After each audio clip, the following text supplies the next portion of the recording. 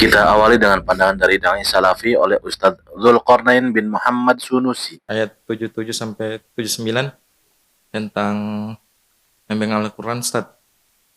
Afwan, Ustaz. Seartinya saja sesungguhnya Al-Quran yang sangat mulia dalam kita yang terpelihara di Lauhul Mahfuz. Tidak ada yang menyentuhnya selain hamba-hamba yang disucikan. Apakah ini termasuk, Ustaz, yang Al-Quran duplikat? Yang dimana biasa kami menyentuh tanpa berwudu. Apakah haram hukumnya, Ustaz? Karena biasa kita terkadang sudah ambil wudu, memegang Al-Quran, terus buang angin, selalu menyentuhnya lagi kembali. Terus ada seorang perempuan yang merapikan perabotnya sampai menyentuh Al-Quran tanpa berwudu. Apakah hukumnya yang Al-Quran sekarang itu duplikatnya, apa haram hukumnya untuk menyentuhnya tanpa berwudu, Ustaz? Karena ada saya dengar fatwanya Syekh Shalih Fauzan bahwa haramnya hukumnya untuk menyentuh Al-Quran tanpa berwudu. Syukran, jazakallahu khairan. Apa itu Al-Quran duplikat, maksudnya aplikasi? Yang sekarang kita bukan, Ustaz, aplikasi. Yang Al-Quran yang bukan aplikasi, Ustaz. Al-Quran biasa dibawa-bawa mushaf ya begitu, Ustaz. Ya. Yang kenapa dibahasakan duplikat? Ya karena maksudnya kan cetakan, Ustaz, begitu. Baik. Ya, nama, Ustaz. Barakallahu fiik.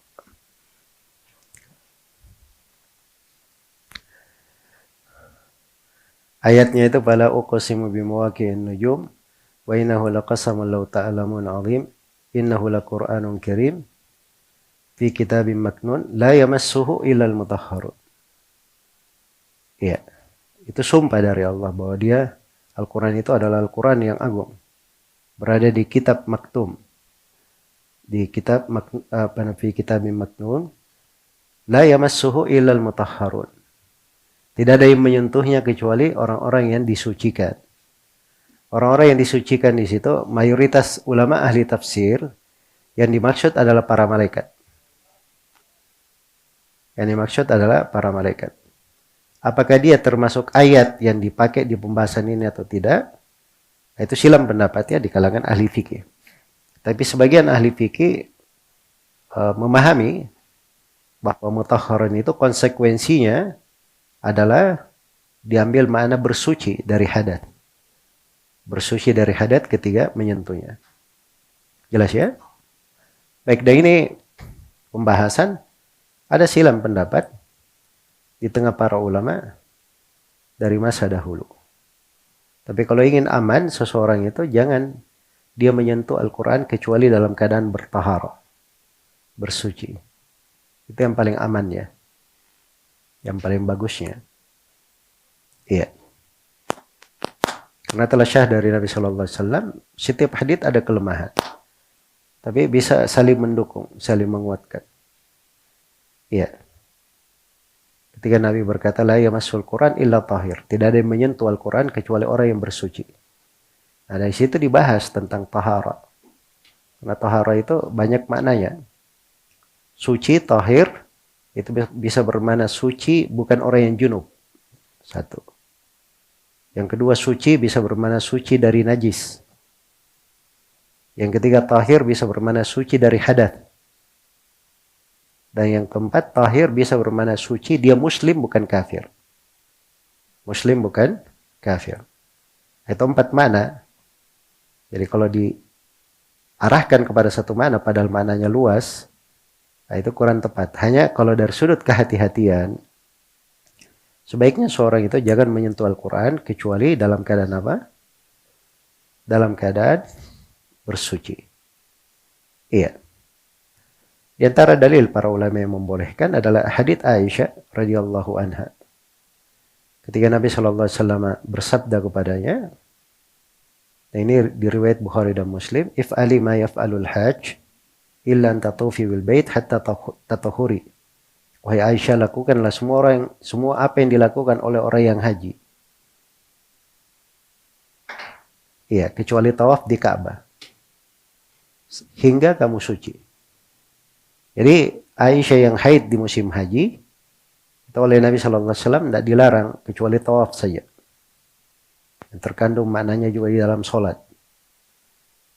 Artinya kata para ulama, selain daripada itu dibolehkan. Dan dimaklumi orang haji itu dari kegiatannya juga dia memperbanyak ibadah dan Dikir dari ibadah yang paling besar itu adalah membaca Al-Quran. Nanti terhubung dengan menyentuhnya. Jelas ya, itu diantara dalil-dalil orang yang membolehkan. Tapi sekali saya beri garis bawah, kalau dia mampu menyentuh Al-Quran, mushaf Al-Quran dalam keadaan bersuci, maka itu lebih baik, lebih aman, lebih keluar dari silam pendapat. Kemudian mushaf itu apa yang dicetak itu disebut mushaf karena ada tertulis di situ padanya Al-Quran. Jelas ya? Jadi kalau dibilang duplikat, ya sama, jadi masa dahulu juga seperti itu. Dari mushaf yang ditulis oleh Utsman bin Affan dan para sahabat, dikirim ke 6 penjuru negeri atau ke 5 penjuru negeri, itu dinasakh juga, ditulis ulang lagi oleh manusia. Ditulis ulang. Nah, itulah riwayat-riwayat di mushaf Utsman itu yang masuk di dalam jalur periwayatan para ulama, Abu Amr Ad-Dani dan selainnya, kemudian dirapikan, dan itulah yang dicetak di Saudi Arabia setelah dikumpulkan seluruh ulama yang ahli di bidangnya. Jelas ya? Jadi khidmat sudah ada di mushaf. Jadi itu semuanya disebut mushaf. Nah, itu tidak ada silam pendapat di tengah para ulama di masa sekarang pun, dan itu makna ada di para ulama terdahulu.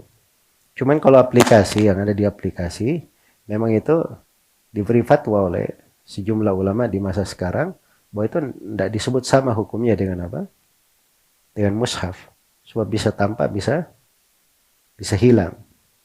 Bisa tampak, bisa hilang. Iya. Dan sebagian ulama mengatakan kalau seorang itu punya aplikasi-aplikasi yang mengandung dzikir di dalam HP-nya, itu sebaiknya dia berhati-hati, dia jaga. Tapi secara umum seperti itu ya. Kalau dia di dalam aplikasi, di dalam ini, dia tidak masuk ke dalam hukum. Karena dia sesuatu bisa tersimpan di memori. Bisa tersimpan di memori. Jelas ya? Sama dengan manusianya. Kalau manusianya hafal Al-Quran, dia masuk ke WC, boleh atau tidak? Hah? Bawa Al-Quran ini 30 juz. Ya tidak mungkin dia simpan dulu otaknya, terus dia masuk misalnya, atau simpan. Itu kan hal yang tersimpan di dalam memori, sudah dimaklumi. Baik. Ya wallahu ta'ala alam. Yang kedua, pandangan dari Dai Muhammadiyah, yaitu Ustadz Mujiman. Ketika kita menyentuh mushaf, maka hendaknya memiliki wudu. Sama saja apakah menyentuh keseluruhan mushaf atau sebagiannya saja, atau bahkan hanya satu ayat. Hanya saja memang para ulama di dalam masalah ini terdapat perbedaan pendapat di dalamnya. Terdapat perbedaan pendapat di dalamnya. Ayat-ayat yang menunjukkan hal tersebut misalnya, atau hadis-hadis, itu cukup banyak yang dikemukakan oleh para fuqaha. Yang populer sebagaimana yang tertulis di dalam mushaf Al-Quran, la yamassuhu illal mutahharun, tidak menyentuhnya kecuali orang-orang yang suci. Biasanya di cover mushaf itu ada ayat itu dicantumkan sebagai bentuk pengingat agar tidak menyentuh mushaf kecuali orang-orang yang suci. Meskipun di situ mengandung ikhtilaf.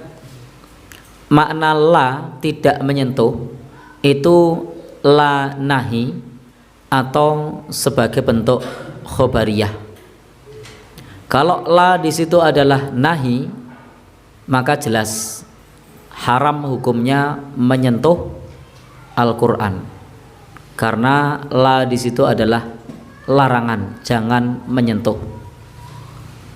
Atau itu adalah la yang sifatnya kabar, tidak menyentuh atau jangan menyentuh. Kalau jangan menyentuh larangan, kalau tidak menyentuh itu kabar. Kalau itu adalah maknanya khobariyah, tidak menyentuhnya kecuali orang-orang yang suci, maka ini kabar. Maka ketika kita berwudu, maka berwudu itu tidak mutlak karena sifatnya adalah kabar. Jadi saya kasih contoh seperti ini, kalimat kabar dan larangan. Nah, kalimat kabar dan larangan itu berbeda. Jangan makan, nah, maka berarti ini larangan. Nah, karena jangan makan. Nah, tapi kalau tidak makan, maka itu kabar. Nah, itu informasi. Nah, jangan menyentuh itu larangan. Tapi kalau tidak menyentuh itu kabar. Nah, maka apa yang ada dalam Al-Quran itu di kalangan para fuqaha letak perbedaan pemahamannya adalah itu sebagai bentuk kabar atau larangan. Kalau larangan maka jelas menyentuhnya tidak boleh. Tapi kalau kabar maka masih ada kemungkinan boleh.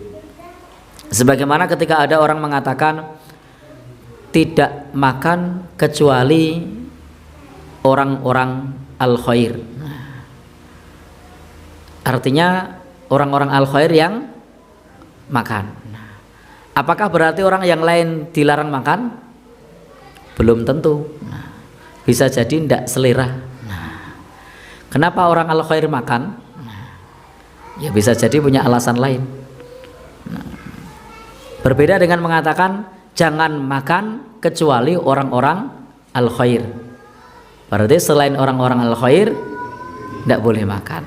Yang ketiga, pandangan dari organisasi Majelis Tafsir Al-Quran oleh Dr. Andes Ahmad Sukina. La yamassuhu illal mutahharun. Itu mesti arah setelah ibu tadi, tidak boleh menyentuh Quran kecuali orang yang disucikan. Maksudnya orang yang berhadas besar, berhadas kecil nggak boleh menyentuh Quran. Arep maca Quran, apalagi membaca, nyentuh saja harus wudu dulu. Kalau haid walaupun wudu tetap nggak boleh, wong haid nggak boleh sholat kok, ya toh. Nah, kalau berhadas besar, nyentuh Quran harus mandi dulu, kan itu kan. Padahal la yamassul mutahharun tidak ada hubungannya dengan hadas. Orang yang disyariatkan wudu itu orang yang mau sholat dalam keadaan berhadas kecil.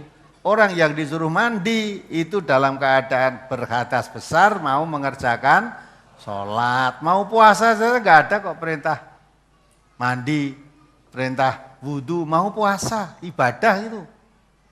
Ya, misalnya ibu jam 10 malam atau jam 1 malam kumpul dengan suami. Ya toh? Ya. Sampai adzan subuh belum mandi, padahal adzan subuh sudah mulai masuk waktu puasa. Itu boleh puasa enggak? Boleh. Loh, puasanya urung adus sih. Tidak ada syariat puasa harus mandi dulu. Nah, adzan subuh sudah masuk puasa, kamu puasa. Tapi belum sholat subuh. Lah kalau mau sholat subuh harus mandi dulu. Kalau sing ora tahu sholat rasa hadus. Ya, ora sholat hadus gua apa ya toh? Lah kok ndak mandi kamu? Nah, ora sholat ya. Nah, tapi kamu kan berkumpul ya ora apa-apa, ora salah kok sesuk kanggo neh. Nah, gitu. Tadi itu. Lah sekarang kalau dilihat diruntut seperti itu pada zaman dahulu orang-orang musyrik, orang kafir itu menganggap yang menyampaikan Quran kepada Nabi Muhammad adalah setan.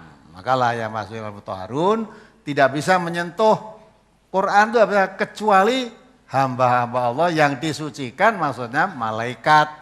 Maka yang menyampaikan Quran kepada Nabi Muhammad itu bukan setan tetapi malaikat, itu hamba Allah yang disucikan. Sana. Yang kedua ada mufassirin yang mengartikan tidak bisa tersentuh oleh Al-Quran orang yang hatinya tidak bersih. Hatinya kotor itu tidak bisa tersentuh oleh Quran. Walaupun Quran dibacakan, diterang-terangkan, ya tidak bisa bertambah, malah zadathum. Ya, rijsan ila rijsihim. Diterang-terangkan ayat Quran bertambah kekafirannya di samping kekafirannya yang sudah ada. Tetapi orang-orang yang ada iman dalam hatinya, idza tuliyat alaihim ayatuhu zadathum imanan. Apabila hatinya bersih, terangkan ayat-ayat Quran, tambah imannya. Berikutnya pandangan dari Dai Nahdlatul Ulama yaitu Gus Habib Tawus Ainul Yakin. Assalamualaikum warahmatullahi wabarakatuh. Bismillahirrahmanirrahim. Alhamdulillahirabbil alamin. Wassalatu wassalamu ala nabiyyina al-Mustafa Muhammadin wa ala alihi wa sahbihi ajma'in. Amma ba'd. Para pemirsa hafizakumullah. Saking mulianya kitab suci umat daripada baginda Nabi Muhammad sallallahu alaihi wasallam, maka ada aturan-aturan khusus yang diatur oleh para ulama dalam memperlakukannya yang sangat beda sekali dengan memperlakukan kitab-kitab yang lain selain daripada Al-Quran. Salah satunya adalah adab ataupun tata krama dalam kita bersentuhan dengan Al-Quran, baik itu menyentuh ataupun membawa Al-Quran. Nah, ulama mengatakan bahwasanya yang pertama yang paling penting terkait masalah adab kita terhadap Al-Quran adalah ulama mendefinisikan sebagaimana keterangan berikut, wa yahrumu 'alal muhdits walau asghar. Jadi diharamkan bagi seseorang yang tengah berhadas, baik itu hadas kecil maupun hadas besar, massu syai'in minal mushaf wa hamluh, memegang Al-Quran atau bagian daripada Al-Quran, apalagi membawanya. Nah, lalu bagaimana kemudian ulama ini mengatur kita dalam memperlakukan Al-Quran? Satu contoh misalkan, di saat kita meletakkan Al-Quran di rangkaian buku-buku kita atau di rangkaian kitab-kitab yang lain, saking mulianya Al-Quran, kemudian diatur adabnya, diatur tata keramanya dalam perlakuan Al-Quran. Misalkan di dalam rentetan kitab-kitab yang ada di dalam almari kita, maka tata caranya adalah wa yustahabbu tatyibuhu wa ta'zimuhu wa ja'aluhu ala mahallil murtafi' atau fawqa sa'iril kutub. Kita memberikan wewangian terhadap mushaf atau Al-Quran, kemudian ketika kita meletakkan, taruh di paling atas di antara kitab-kitab yang lain. Kalau boleh kita urutkan misalkan seperti ini, kitab-kitab fikih misalkan, atau kitab-kitab masalah ilmu, atasnya nanti kitab hadis, baru paling atas haruslah Al-Quran. Karena kemudian kalau Al-Quran ini ditaruh di paling bawah dari susunan kitab-kitab, ini ada satu kandungan makna yang terjadi di situ, seakan-akan kita ini meletakkan atau menaruh, memposisikan Al-Quran ini lebih rendah daripada kitab-kitab yang lain. Padahal sebagaimana kita tahu sangat mulianya Al-Quran, yang itu menjadi anugerah yang luar biasa bagi umat baginda Nabi Muhammad SAW, bahkan sangat diatur di dalam memperlakukannya, termasuk ketika nanti membawanya. Ini tidak boleh asal-asalan kemudian membawanya, mohon maaf, untuk ukuran urf atau bil urf atau secara kebiasaan. Misalkan kita membawa, contoh misalkan kitab ini sebagai mushaf, kita berdiri terus membawanya begini, ini nggak ada sopan. Setidaknya apa? Taruh di depan dada kita. Ini dalam mengagungkan Al-Quran. Bahkan ada satu kejelasan di dalam kitab Ma Yata'allaqu bil Qur'anil Majid, ini dijelaskan wa yustahabbu taqbilul mushaf bil qiyasi ala taqbilil hajaril aswad li'annahu hadiyah minallah. Disunnahkan untuk mencium takbil, mencium mushaf, baik saat kita mulai mau membukanya atau setelah selesai mentadarusnya. Ini dikiaskan kepada disunnahkannya mencium hajar aswad. Ilatnya apa? Alasannya karena ini merupakan hadiah dari Allah Subhanahu wa Ta'ala kepada kita, sama dengan hajar aswad. Nah, saking mulianya seperti ini, kemudian ulama juga mengatakan bahwasanya maddur rijlain atau memposisikan dua kaki kita berselonjor di depannya ada mushaf, ini juga dianggap perkara atau perbuatan yang tidak ada adab atau tidak mengagungkan Al-Quran. Bahkan sebagian ulama lebih luar biasa lagi, ketika kita mengambil satu Quran atau satu mushaf di dalam almari atau sebuah meja, kita disukai atau disunahkan untuk mengambilnya sebagaimana dikatakan para ulama sambil kita berdiri, karena wujudul qiyam atau berdirinya seseorang ini dianggap adalah sebuah perbuatan untuk mengagungkan sesuatu yang ada di hadapannya.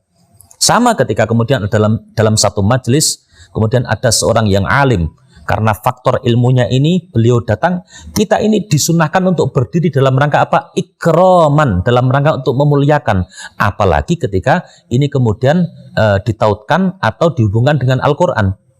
Maka sebagian ulama mengatakan bahwasanya ketika kita mengambil mushaf disunahkan untuk berdiri, ya. Kemudian kita takbil mencium begini, baru kita memulai untuk membaca Al-Quran, dan seterusnya ketika nanti selesai, ini adalah kita disunahkan untuk takbil lagi. Ingat, takbil atau mencium mushaf ini dalam rangka ekspresi kecintaan kita atas hadiah luar biasa yang diberikan Allah Subhanahu wa taala kepada umat baginda Nabi yang tidak diperoleh oleh umat-umat sebelum umatnya baginda Nabi Muhammad sallallahu alaihi wasallam. Sekian, semoga bermanfaat. Wallahul muwaffiq ila aqwamit thoriq wal 'afu minkum. Wassalamualaikum warahmatullahi wabarakatuh. Selanjutnya pandangan dari Ustadz Abdul Somad. Dari IG babanya Jose. Mau tanya Ustaz, boleh nggak kita megang Quran tapi belum wudhu? Oh, lihat di luar Quran ada tulisan la yamassuhu illal mutahharun, tidak boleh disentuh kecuali orang yang suci. Suci maksudnya itu suci dari hadas besar mandi wajib, suci dari hadas kecil berwudu. La yamassuhu illal mutahharun. Tapi ada ustaz ini katanya boleh, dia pakai pendapat Zahiri. Mazhab Hanafi, Maliki, Syafi'i, Hambali, wudu. Zahiri keluar dari 4 mazhab. Kita ahlu sunnah wal jamaah, bukan Zahiri ya. Wallahu a'lam bishawab. Kita sambung dengan pandangan dari Ustadz Adi Hidayat. Apa hukumnya perempuan yang haid memegang mushaf? Baik, ada 2 persoalan di sini. Pertama tentang hukum jika perempuan ini ingin bersentuhan dengan mushaf atau ingin membaca al-mushaf, apakah boleh memegang mushaf atau membacanya? Kata beliau, kembali kepada ayat di firman Allah Subhanahu wa taala, la yamassuhu illal mutahharun. Tidak diperkenankan kemudian menyentuh mushaf Al-Qur'an kecuali orang-orang yang disucikan atau hamba-hamba yang disucikan. Dalam konteks ini punya suci ya, dalam keadaan yang suci. Suci dipahami dengan dua hal. Bisa dipahami dengan wudu, ya, karena wudu disebut juga dengan taharah. Bisa dipahami suci terbebas dari hadas atau penyakit-penyakit yang tidak memperkenankan bersentuhan dengan ibadah. Seperti kalau di perempuan haid. Maka di sini kata beliau, dari ayat ini para ulama memberikan pandangan. Pandangan yang pertama, ini pandangan yang umum sifatnya. Jika ada perempuan yang sedang haid, maka berdasarkan ayat ini, maka tidak diperkenankan dia bersentuhan dengan mushaf. Dan detil dari larangan ini dibagi kepada 2 bagian. Yang pertama, jika haidnya dalam masa yang singkat, bukan masa yang panjang, ya, dan di situ tidak dikhawatirkan misalnya lupa dengan ayat-ayat yang tidak dihafalkan, misal sedang menghafal, ya, sedang kemudian mengkaji, dan dia masih ada teringat di situ, bisa mendengarkan bacaan, ya, bisa dari speaker aktif, bisa menyimak dari situ, maka tidak perlu kemudian dia menyentuh mushaf untuk sengaja membacanya. Maka hukum berlaku di sini, tidak diperkenankan dia bersentuhan dengan mushaf atau membacakannya, sengaja baca, jika memang dengan keadaan menyimak pun bisa dicukupkan untuknya.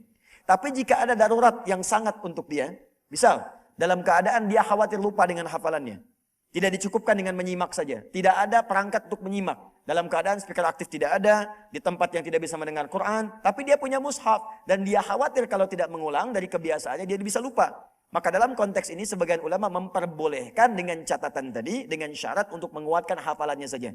Dalam hal ini konteks belajar. Sama dengan akhwat yang sedang mengajar misalnya, ya.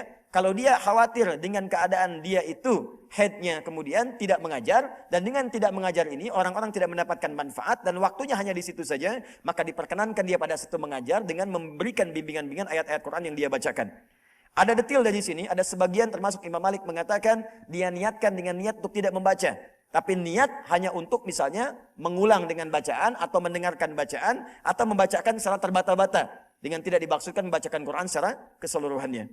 Yaitu ada detil di dalamnya. Jadi secara umum yang diambil secara umumnya adalah tidak diperkenankan kecuali dalam keadaan-keadaan darurat seperti yang tadi dimaksudkan. Keadaan yang terdesak, keadaan yang dibutuhkan seperti untuk mengajar atau seorang penghafal Quran yang khawatir lupa dengan hafalan.